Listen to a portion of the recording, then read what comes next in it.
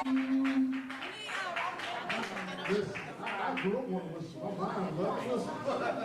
I put Marvin Gaye with my dad till I was 12. What's up? We need round for men. Tell them to come on down. Where they at? Holler downstairs, tell them to come up.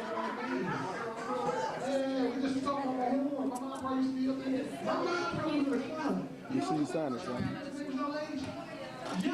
All right, player. Thank you. She wants an autograph too. She wants an autograph? Oh, she wants an autograph. Well, listen, and you can go back in time, and your mom was the same age as you. Just think about it. If my mom was 31, what she was at 31? She probably was my dad. Like 40 years old. Shout out to the red shirt. You getting up here, man?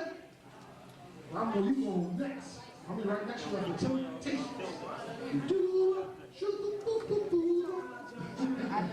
We're going to keep this show moving, keep it going. We got the lovely, I know she's going to tear the house that I saw before. I know.